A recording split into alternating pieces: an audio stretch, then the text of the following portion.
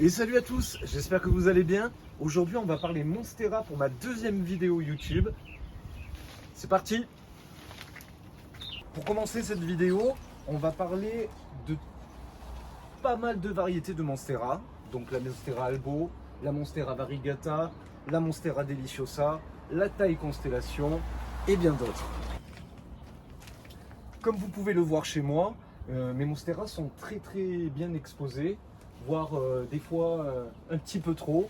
Mais comme le taux d'humidité est beaucoup plus fort, entre 70 et 80%, cela me permet de bien les exposer au soleil. Hey, qu'est-ce que t'attends? Viens. On va commencer par celle-ci qui est accrochée au mur. On va commencer par cette Monstera. Alors je ne sais pas si tu vas la reconnaître, car elle n'a rien à voir avec la taille juvénile qui est vendue souvent en jardinerie. C'est la Monstera Dubia.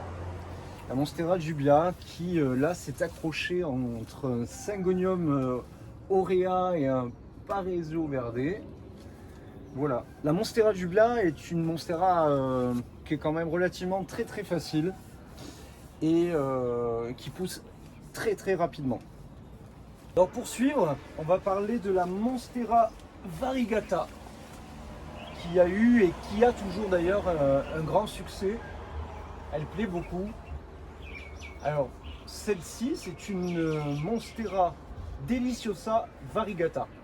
Et est-ce que tu connais la différence entre une Deliciosa et une Albo Variegata?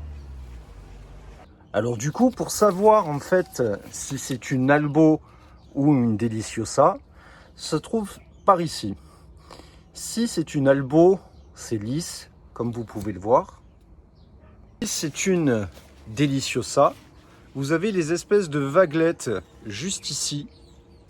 J'espère que vous voyez bien. Et ça, c'est le signe d'une Deliciosa. Retournons sur notre Monstera Variegata. Du coup, Deliciosa Variegata. Et je vais t'expliquer un petit peu comment je l'entretiens. Du coup, personnellement, pour moi, c'est une facile. J'ai eu beaucoup de chance parce qu'elle a une très belle génétique. Et si je ne rate pas en fait un arrosage, du coup, elle se porte bien. Par contre, la problématique avec les Variegata qui sont beaucoup variegatées, enfin hautes en variegation, on va dire, il y a le problème du brunissement. Un petit peu comme ça. Car si vous la laissez toujours plus ou moins humide et bien exposée et tout ça, au final, comme vous pouvez le voir, du moins chez moi, selon mon expérience, elle ne brunit pas. Et pourtant, elle est quand même assez, comme vous pouvez le voir, quand même très blanche. Ben pour moi, voilà, le brunissement résume en fait à ne pas se rater au niveau de l'arrosage. Au niveau d'un entretien un peu plus poussé, au niveau par exemple de l'engrais, alors moi j'utilise principalement que le foliaire. Du coup, je lui apporte de l'engrais en foliaire plusieurs fois par semaine, selon en fait la température qu'il fait. J'ai la chance d'habiter l'île de la Réunion, du coup il fait quand même pratiquement tout le temps beau ici, même si nous sommes en période d'hiver. Les températures, moi je suis un petit peu dans les hauteurs de l'île, donc le matin je peux avoir entre 15 et 18 et en journée plutôt de 25 à 28 pendant l'hiver. L'été après c'est autre chose, j'y reviendrai lors d'une autre vidéo pour vous expliquer un peu tout ça. Ce qui serait aussi très intéressant pour la suite et finir avec la Monstera Variegata, c'est de savoir en fait pour les débutants comment elle est constituée. Alors voici la Monstera Variegata de dos. Et là on peut s'apercevoir donc de la tige, des interneux, des racines aériennes, ici, et ces interneux. Les interneux, pour le bouturage, on en viendra sur une prochaine vidéo aussi. Alors du coup, pour la petite histoire, voici le fragment que j'ai eu quand je l'ai eu il y a un peu moins de 2 ans, avec ces 2 petites feuilles que je suis arrivé à conserver encore. Donc il y a à peu près 2 ans, pas tout à fait 2 ans d'ailleurs, j'ai commencé par ça.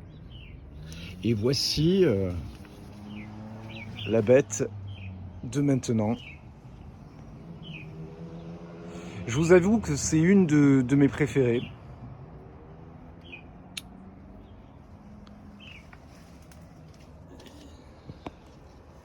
Pour la suite, on va parler du coup de la Monstera aurea. Alors c'est une acquisition que j'ai eue il y a quelques mois. Je ne pourrais pas trop vous en dire, mais je vais vous dire les informations et ce que j'ai pu remarquer. Du coup, la Monstera aurea, quand je l'ai eue, il y avait ces 2 petites feuilles là du bas. Et écoutez, moi je trouve qu'elle est quand même relativement facile. Là aussi, il existe 2 sortes de Monstera aurea. On va dire la petite et la grande qui s'appelle la marmorata. Je trouve qu'elle pousse très rapidement. Elle a certainement des difficultés à garder sa variegation. Et d'ailleurs, vous voyez un petit peu, elle est quand même relativement assez verte sur ses dernières feuilles. Je vous la filme un peu plus de près. Donc on note bien quand même une différence entre celle du bas et celle du haut. Là c'est la dernière feuille. On devine les varigations qui vont sortir parce que l'auréa en fait sort ses varigations au fur et à mesure que la feuille pousse. Et du coup, je vais vous montrer ce qui s'est passé avec une Monstera variegata qui redevenait verte. Alors ici, nous sommes sur le 2e niveau du jardin où vous voyez une Monstera aussi deliciosa variegata avec très peu de variegation. La dernière, et bien tout simplement, je l'ai coupée. Je l'ai coupée. Comme vous pouvez voir là sur le nœud. Alors je l'ai coupé pas n'importe comment. Je l'ai coupé en respectant un petit peu les varigations sur le tronc. Pour qu'elle puisse, avec un peu de chance, retrouver sa variegation. Donc je vous montre quelques mois après sur sa nouvelle pousse qui est ici. Donc elle m'a sorti une toute petite feuille qui est quand même variegata. Et voici la dernière. Elle retrouve petit à petit ses varigations, ses belles varigations. Et je vous tiendrai informé de sa progression. Ensuite, on va parler de la taille constellation. La taille constellation qui est quand même une très grosse deliciosa qui peut devenir encore plus grosse que celle-ci. Alors la taille constellation est une Monstera quand même un petit peu particulière dans le sens qu'elle n'est pas comme toutes les autres Monstera. Elle aime sécher, être remouillée, mais surtout sécher. Je dirais un petit peu comme une forbe. Moi je l'ai mis en pot terre cuite justement pour que ça soit beaucoup plus aéré et beaucoup plus rapide à sécher. Ici la Monstera adansoni variegata. Monstera adansoni variegata aussi, c'est une Monstera pour moi qui est très facile, que j'ai coupé déjà à plusieurs reprises. C'est un petit peu le gazon de chez moi. Je vous la laisse quelques instants pour que vous puissiez bien la regarder.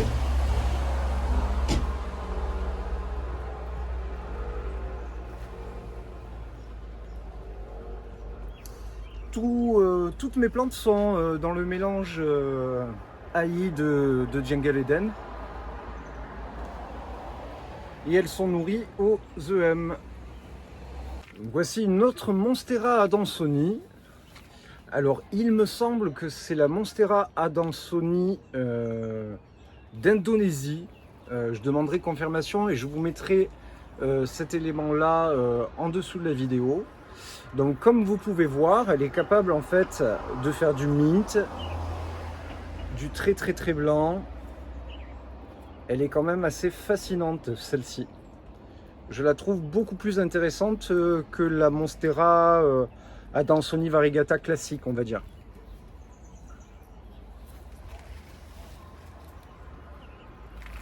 Elle est mignonne, hein? C'est une Monstera lirata, il me semble, que j'avais trouvé ici en brocante. Il y en a beaucoup à La Réunion. Elle est quand même très belle. Je peux pas trop vous la bouger parce que comme vous pouvez le voir, elle est énorme et elle s'est accrochée un petit peu au grillage. Mais c'est une très belle Monstera qu'on trouve beaucoup à La Réunion. C'est une Monstera qui est très facile, qui a été acclimatée au climat réunionnais et du coup qui pousse très facilement ici. Alors ceci c'est une Monstera que j'ai eu du mal à identifier et d'où je n'en suis pas si sûr que ça. C'est une Monstera où les feuilles sont très épaisses et c'est une Monstera egregia, exactement. Voilà. Et c'est quand même assez très étonnant au niveau des feuilles. Les feuilles sont très épaisses. Et c'est une très belle Monstera.